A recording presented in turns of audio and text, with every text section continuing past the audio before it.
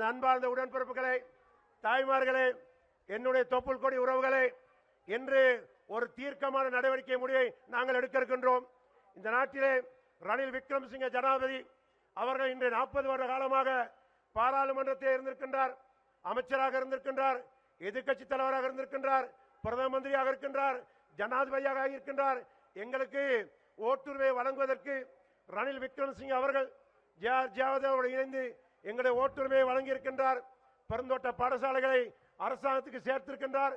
சிறிபாத college போன்ற கட்டிடங்களை அமைத்து பல ஆசைகளை உருவாக்கி இருக்கின்றார். நாங்கள் அபிவிருத்தி வளர்ச்சிகளை மேற்கொண்டிருக்கின்றோம். இன்னும் நிறைவேற்றி செய்ய வேண்டியிருக்கின்றது. ஜனாதிபதியிடம் நாங்கள் முன்வைத்திருக்கின்றோம்.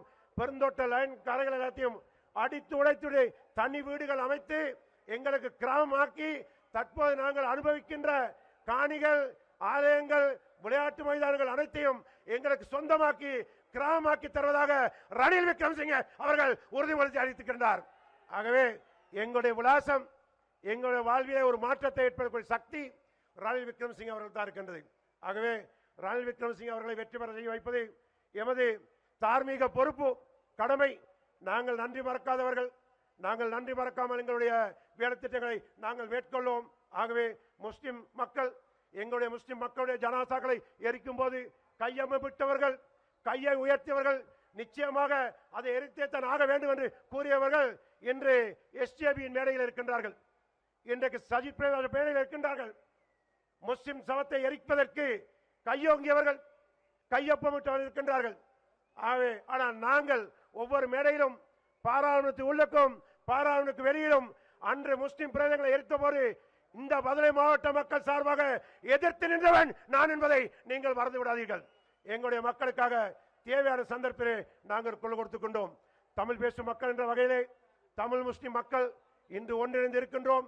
அதே போன்று இந்த மதுரை மாவட்டத்தில் சிங்கள மக்களும் ஒற்றுமையாக கட்டுப்பாடு இருக்கின்ற பார்க்கும்போது மிகவும் சந்தோஷமாக இருக்கின்றது. ரணில் விக்ரமசிங்க அவர்கள் உண்மைக்குமே கொடுத்து வைத்தவர். ரணில் விக்ரமசிங்க அவர்கள் இன்றைக்கு தொழிற்சங்கங்களை ஒன்று சேர்த்திருக்கின்றார். மலையகத்திலே பெருந்தோட்டங்களை பிரிந்திருந்த அரசியல் தலைவர்களை ஒன்று சேர்த்திருக்கின்றார்.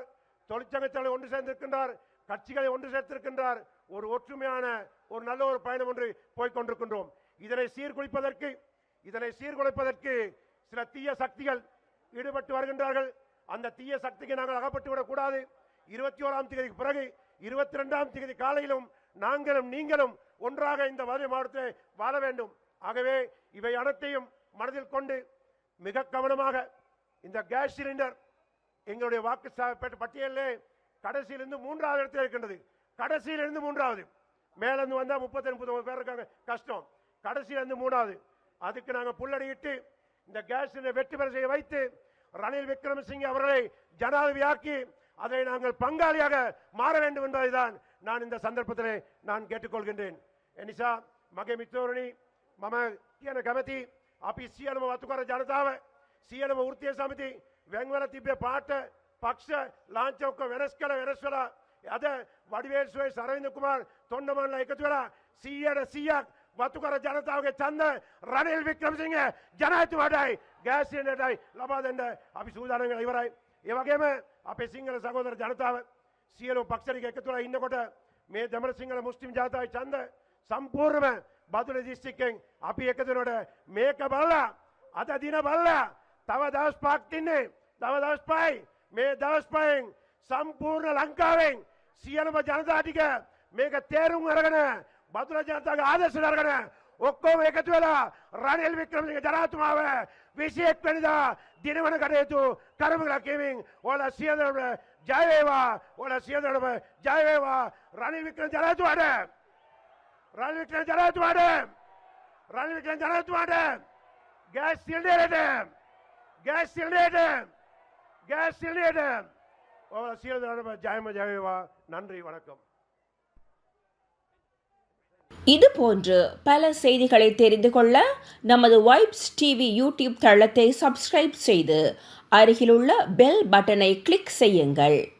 மேலும் பல செய்திகளை அறிந்து கொள்ள www.vaibznews.com, vibesnews.com என்ற இணையதளத்தை பார்வையிடுங்கள்.